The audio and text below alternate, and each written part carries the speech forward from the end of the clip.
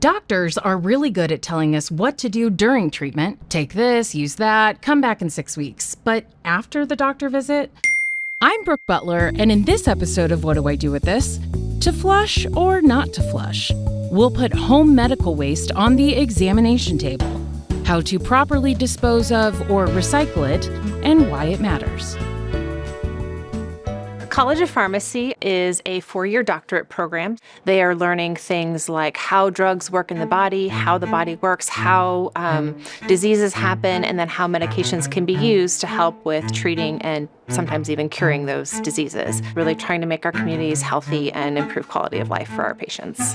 In addition to her pharmacy work in and out of the classroom, Amy Tiemeyer has spent most of her career helping St. Louisans figure out what to do with unused medication. There are lots of reasons why people might end up with medications that they no longer need. Sometimes we start a medication and we have a side effect, or it's not quite the right dose for what we need. Sometimes it's something that we use on an as-needed basis, and so we don't end up needing to use all of it. And if we don't use all of it, we're like, well, I think maybe I'd like to save it in case I need to use it later. And I understand that perspective, but when we use medications to treat something that we haven't had verified by diagnosis, we're potentially treating with the wrong medication, which can cause problems.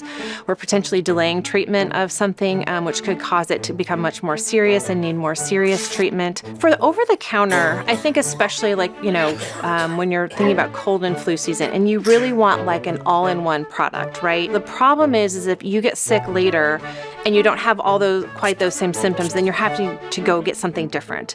So even though the pill burden might be a little bit more, I recommend buying individual agents in probably slightly smaller quantities so that really when you're sick, you can look to see what are the exact symptoms that I have, what are the medications that I have, and only take those medications to treat the symptoms that you have.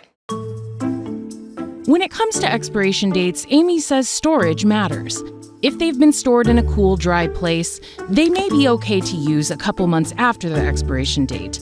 Anything beyond that, it's unlikely to be harmful, but probably won't do much to relieve your symptoms.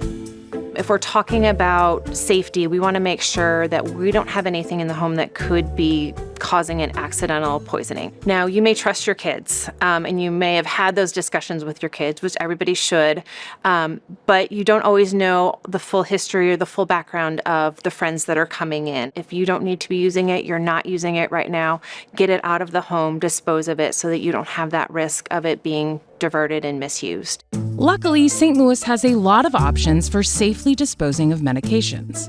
Twice a year, there are national prescription take-back days across the U.S., but there are also year-round options. You may see them at major pharmacy chains like CVS or Walgreens. However, smaller pharmacies may not have this option because of the cost associated with pickup and disposal. Many police precincts in the St. Louis area have a free and anonymous drug drop-off option. And there are growing amounts of home disposal kits that you can purchase, or sometimes even receive for free through local hospitals or medical organizations. These efforts do add up, with roughly 600,000 pounds collected just on the national take-back days, and millions more throughout the year. Now, if none of those are an option, really what you can do is you can take and dissolve the medication in water and then mix it with something undesirable. So normally we say coffee grounds or kitty litter, and that's a deterrent for both animals and humans for the most part. Seal it up tight and put it in the trash. And probably don't flush it down the toilet, don't jump it down the drain. Yeah. Except there are a few medications that the FDA still recommends that, simply for the safety of not wanting others in the home to be exposed to it because they could be very dangerous. But for the most part, all of these other mechanisms are better for our environment and better to use. Most of us don't think about medication after we stop taking it, but of course it doesn't actually disappear. Medications are designed to act on living systems, so when they're flushed or thrown away, trace amounts can move through wastewater systems and into rivers and streams. And environmental health and human health aren't separate stories. Antibiotics are of particular concern. Research shows that environmental exposure to antibiotics can contribute to antimicrobial resistance, a problem that already causes at least 2 million illnesses and 23,000 deaths every year in the U.S. Of course, that doesn't happen overnight, and it doesn't trace back to one person or one pill. It's the cumulative effect of millions of small, ordinary moments. But what's striking is how much medical surplus exists along so much unmet need. Research shows we produce and prescribe far more medication than we end up using. Some of that is necessary. Care isn't always predictable. But the result is a lot of leftover supplies, equipment, and prescriptions sitting in homes with no clear next step. At the same time, access to healthcare and medical equipment isn't evenly distributed. Many people delay or forego care altogether due to cost, access barriers, insurance gaps, disability, age, or sometimes biases within the healthcare system. These gaps are not random. They disproportionately affect marginalized communities. So you end up with a strange imbalance. Excess in some places, shortage in others, not because people don't care, but because the system isn't really built to connect those dots. And when systems don't account for the full life cycle of care, communities often step in to fill the gaps. And that's where STL Help comes in.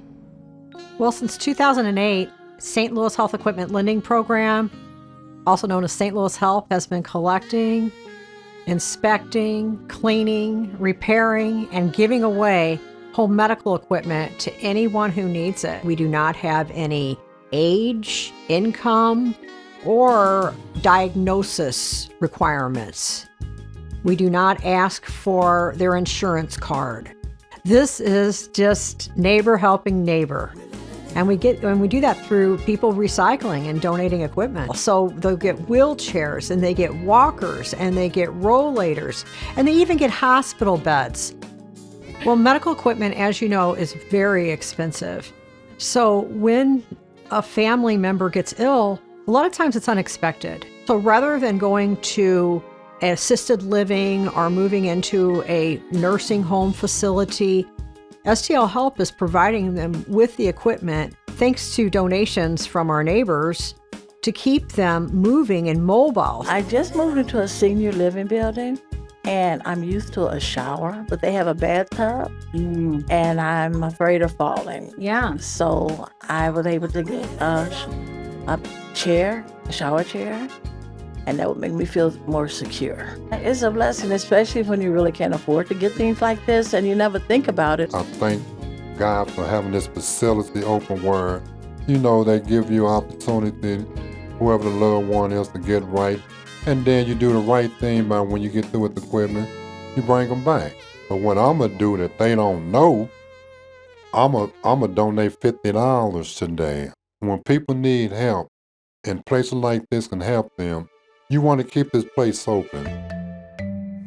We have free, specialized pediatric home medical equipment. It's difficult for families as they try to navigate insurance and get the kids what they need in order to be part of family, to be able to sit and have dinner with them, to be able to go to school. We had a mom come in with her baby who was 4 years old, and he has end-stage renal failure.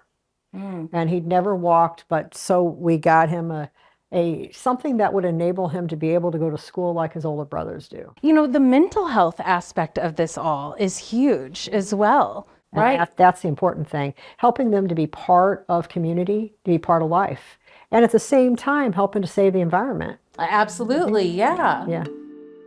We diverted just under 200 tons in 2025, and that's up from 79 tons in 2019. So we're growing. Everything gets washed that we deem is redeemable, like that we can reuse and recycle, is cleaned in our shower that we have here, and it gets disinfected. Are there many items that are donated that are not deemed reusable? Yeah, something, because as we say, we wouldn't want to give anything that you wouldn't give to your mother away. It needs to be in good condition. There is just a lot of needs, and again, through the generosity of the people in our community, we're able to address some of them. Thanks for watching this episode of What Do I Do With This? For more information on how and where to dispose of medical items, visit 9pbs.org/whatdoidowiththis.